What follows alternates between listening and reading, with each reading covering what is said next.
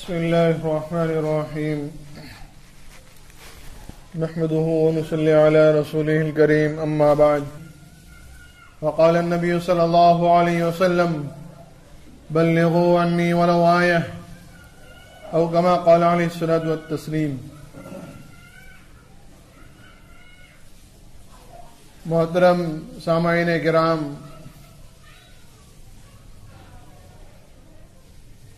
اللہ تبارک و تعالی نے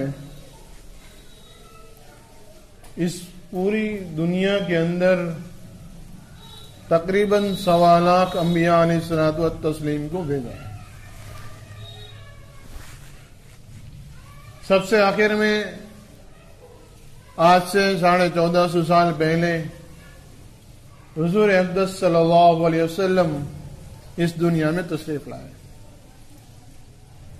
اللہ سبحانہ و تعالی کی یہ عادت کریمہ رہی ہے کہ اللہ تبارک و تعالی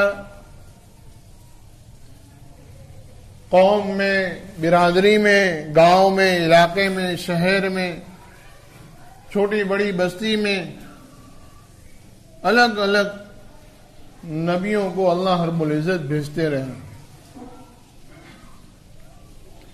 اور ایک عادت اللہ تبارک و تعالیٰ کی یہ بھی رہی ہے کہ اللہ نے ہر نبی کو اپنی مادری زبان میں، یعنی کہ اپنی مادری بھاشا میں اللہ نے بھیجا ہے. یہاں تک کہ اللہ نے جو اپنی کتابیں اور صحیفے جو نازل فرمائے ہیں، وہ صحیفے بھی اللہ نے نبی کی مادری بھاشا میں، یعنی کہ مادری بھاشا میں اتارے.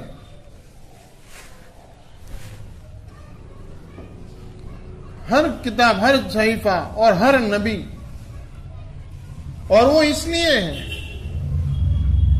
کہ دنیا کے اندر ہر انسان کو کوئی بات سمجھنے کے لیے، کسی بات کو ایکسپٹ کرنے کے لیے وہ اپنی مادری زبان سے زیادہ کوئی اور زبان نہیں جانتا. اسی لیے اللہ تبارک و تعالی ہر نبی کو اپنی مادری بھاشا میں بھیجے ہیں. حضور اقدس صلی اللہ علیہ وسلم کو بھی اللہ نے اپنے طریقے کے مطابق، اپنی سنت کے مطابق عربی زبان میں بھیجا ہے. عربی زبان اللہ کے نبی علیہ الصلوۃ والسلام کی مادری بھاشا ہے، مادری زبان ہے. اور قرآن بھی اللہ نے عربی میں اتارا ہے. اللہ کے نبی علیہ الصلوۃ والسلام عربی ہے.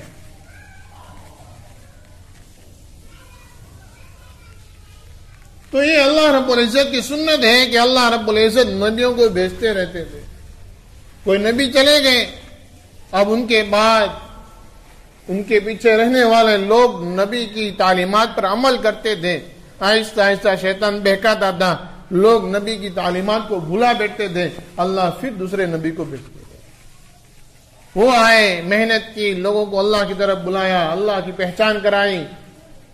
پھر وہ چلے گئے، پھر لوگ بھول گئے، اللہ دوسرے نبی کو بھیجتے تھے. آج سے 1450 سال پہلے اللہ کے نبی علیہ الصلوۃ والسلام جب مکہ مکرمہ کے اندر تشریف لائے ہیں، 550 سال پہلے حضرت عیسیٰ علیہ الصلوۃ والسلام دنیا سے گئے ہیں.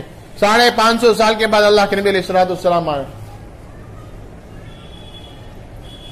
وہ حالات، وہ ماحول مکہ کا کہ بیان نہیں کر سکتے لوگوں کے کیا حالات تھے. اللہ کے نبی علیہ الصلوۃ والسلام ان کے درمیان میں پلے بڑے ہوئے. پھر اللہ نے نبوت دی، قرآن دیا، اور ایک محنت دی، لوگوں کو اللہ کی طرف بلایا. اور ایسے لوگ کہ جن کے اوپر کوئی حکومت کرنے کے لیے تیار نہیں، اللہ کے نبی علیہ الصلوۃ والسلام نے ان پر محنت کری، اور ایسی محنت کی کہ وہ لوگ اس قابل بن گئے کہ اللہ رب العزت نے ان سے خوشنودی کا اور ان سے راضی کا، رضامندی کا اللہ نے اعلان قرآن پاک کے اندر کر دیا. رضی اللہ عنہم ورضوا عنہ.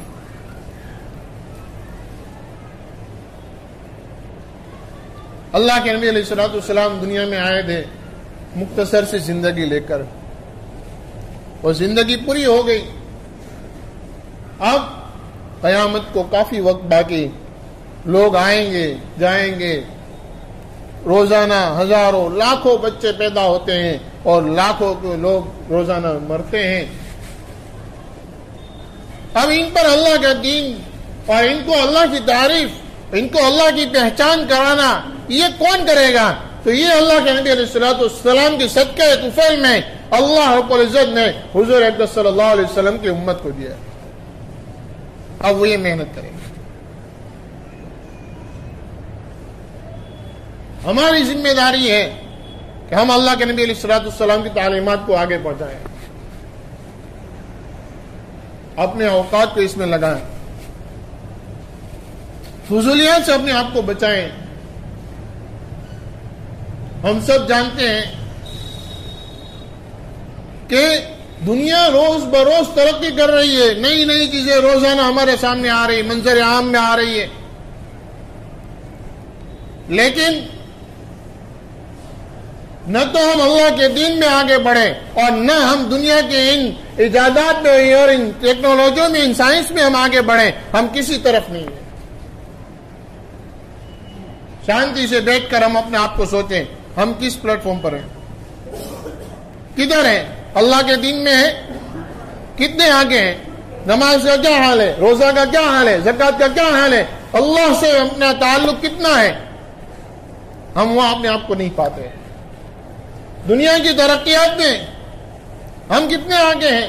ایک وہ زمانہ تھا کہ یہ مسلمان قوم اسی نے اس دنیا کو آپریشن کرنے کا اور آنکھوں کے علاج اور کڈنیوں کے علاج اور نہ مانے طبی اعتبار سے کتنے سارے ایجادات اس مسلمان قوم نے دیے، ہم اپنے آپ کو بھول گئے۔ مسلمانوں نے دیا ہے اور سب سے پہلا آپریشن مسلمان نے کیا ہے، اور یہ دوائیاں مسلمانوں نے ایجاد کی ہیں، کیونکہ دنیا کے سفر مسلمان کیا کرتے تھے، دوسرا کوئی نہیں کرتا تھا۔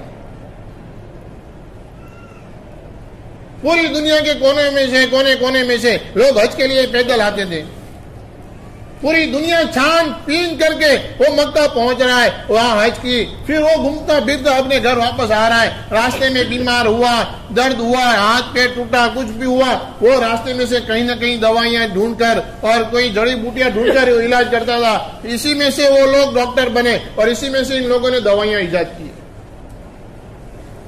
آج ہمارا حال یہ ہے کہ ہم ان سائنس کو، ان ٹیکنالوجیوں کو ہم استعمال کرنے سے ڈرتے ہیں، ہم استعمال نہیں کرتے، اور جو چیزیں ہم استعمال کرتے ہیں اس کا صحیح استعمال ہمارے ذریعے سے نہیں ہو رہا۔ ایک وہ زمانہ تھا کہ جب ریڈیو اور ٹیلی ویژن، ٹیلی گرام وغیرہ کا زمانہ تھا، اس دور میں آدمی سوچتا تھا کہ یہ کیسی مشین ہے، اس میں ہمیں سنائی نہیں رہی، اندر کوئی ہے ہی نہیں۔ آج یہ زمانہ آ گیا کہ ہر کسی کے ہاتھ میں موبائل آ گئے، ہر کسی کے ہاتھ میں ٹیلی ویژن آ گئے، سوشل میڈیا آ گئی۔ یہ وہ چیزیں ہیں، اللہ نے اس کو دنیا میں اتارا ہے، کسی کی بس کی بات نہیں ہے، اگر اللہ نہ چاہتے تو یہ ان میں سے کوئی چیز نہ آتی، یہ اللہ کی نعمت ہے۔ لیکن فرق یہ ہے ہم اس نعمت کا صحیح استعمال کرنے والے بن جائیں، اس کے غلط استعمال سے ہم پرہیز کریں۔ صحیح استعمال کیا ہے کہ اس کے ذریعے سے ہم اللہ کے اور اللہ کے دین کی باتیں اور دنیا کی صحیح باتیں، صحیح تحقیق شدہ باتیں ہم اللہ کے بندوں تک، دنیا والوں تک پہنچائیں، یہ اس کا صحیح استعمال ہے۔ اس سے پہلے بھی ایک مرتبہ میں نے کہا تھا کہ واٹس ایپ کے اتنا گھٹیا استعمال ہو رہا ہے کہ اس کی کوئی انتہا نہیں، ہر سچی غلط اور صحیح خراب اچھی بری ہر چیزیں ہم اس میں وائرل کر رہے ہیں اور ہمارے واٹس ایپ میں وہ آ رہی ہے۔ ہونا تو یہ چاہیے کہ ہمارے پاس کوئی میسج آیا ہے، ہم اس کی تحقیق کریں، پوری تحقیق کریں، اگر یہ بات صحیح ہے، درست ہے، تب تو ہم اس کو آگے دوسرے تک پہنچائیں، اگر نہیں ہے ہم اس کو نہ بچائیں بلکہ اس کو روکیں کہ بھائی یہ بات غلط ہے، اس کو آگے نہ پہنچائیں۔ تحقیق تو ہم کرتے ہی نہیں۔ حالانکہ ہماری سب سے پہلی چیز یہ ہے کہ مسلمان کے خون کے اندر یہ چیزیں ہیں کہ وہ ہر چیز کے بارے میں تحقیق کرتا ہے اور اس کے بعد اس کو استعمال کرتا ہے. ہم تحقیق کرتے ہی نہیں، جو آیا آگے بھیج دیا، جو آیا آگے بھیج دیا. اللہ کے دین کے لیے اس کا استعمال کریں. جو بھی ہے، واٹس ایپ ہے، فیس بک ہے، ٹویٹر ہے، جو بھی ہے، اسکائپ ہے، ہر ایک چیز کا اللہ کے دین کے لیے استعمال کریں، اگر اس کے علاوہ کسی اور چیز کے لیے استعمال نہ کریں. ہم منع نہیں کرتے کہ آپ یوٹیوب استعمال نہ کریں، آپ واٹس ایپ استعمال نہ کریں، ہم آپ کو منع نہیں کرتے. ہم آپ کو یہ کہتے ہیں کہ اس کا استعمال کرو لیکن صحیح استعمال کرو. جس طریقے سے کرنا چاہیے ایسے استعمال کرو، غلط استعمال نہ ہو. ایک مرتبہ کوئی چیز وائرل ہو گئی، اب وہ پورا ہو گیا، ابھی بھی اس کو وائرل ہو رہی. بعض مرتبہ 5 سال پرانے میسیجز ابھی آ رہے، بھئی یہ ابھی کا ہے. ارے اللہ کے بندے، ابھی کا نہیں ہے، 5 سال پہلے کا ہے. کہیں کسی کو تھپڑ مارے گی، ابھی وائرل ہو رہا ہے. اکثر دنگے فساد اسی غلط خبروں کی وجہ سے ہو رہی، اکثر نقصانات غلط خبروں کی وجہ سے ہو رہی ہے. یہ فراڈ، یہ جتنا کچھ غلط ہو رہا ہے، یہ سارا یہ سوشل میڈیا کی کرتب ہے، ان کی ایجاد ہے. اللہ کے گھر میں بیٹھے ہیں، اللہ رب العزت سے عہد کرو. اللہ کے نبی علیہ السلام نے کہا کہ میں مسلمان جھوٹا کبھی نہیں ہو سکتا. یہ کون سی بات ہوئی کہ ہر آئی، ہر سنی ہوئی، ہر دیکھی بات بغیر تحقیق کیے ہم اس کو آگے پہنچا رہے ہیں. اللہ کے نبی علیہ السلام کا یہ فرمان ہے کہ آدمی کے جھوٹے ہونے کے لیے اتنی بات کافی ہے کہ ہر سنی سنائی بات وہ آگے فارورڈ کرتے ہوئے، ہر سنی سنائی بات آگے فارورڈ کرتا ہے، یہ آدمی جھوٹا ہے. اللہ کے نبی کہہ رہے ہیں، میں نہیں کہہ رہا. اس کی تحقیق کرو بھائی یہ کیا ہے. اگر وہ قرآن کا حوالہ دیتا ہے پھر بھی تحقیق کرو کہ بھائی اس نے قرآن کا حوالہ دیا ہے، یہ بات صحیح ہے کہ نہیں ہے. حدیث کا حوالہ ہے، یہ بات صحیح ہے کہ نہیں ہے. اس کی تحقیق کرو. تحقیق کرنے کے بعد اس کو آگے بولو. بعض مرتبہ ایسا ہوتا ہے، کچھ عمل بتائے جاتے ہیں، بھائی یہ عمل ہے اور یہ اس میں ہے، اس میں ہے، اس کتاب میں ہے. ہم نے کتاب دیکھی نہیں، اب وہ بتا رہا ہے، ہم اس کے اوپر عمل شروع کر دیتے. ارے بھائی پہلے تحقیق کرو. کہیں ایسا نہ ہو کہ کسی نے یوں ہی لکھ کے نکال دیا ہو. اتنی ساری ویب سائٹس ہیں انٹرنیٹ پر، ان میں اکثر website, Islamic website اکثر یہ یہودیوں کی ایجاد کرتا ہے. بہت ساری کتابیں انٹرنیٹ پر اپلوڈ کی ہوئی ہیں، ان میں اکثر کتابیں یہودیوں کی اپلوڈ کی ہوئی ہے.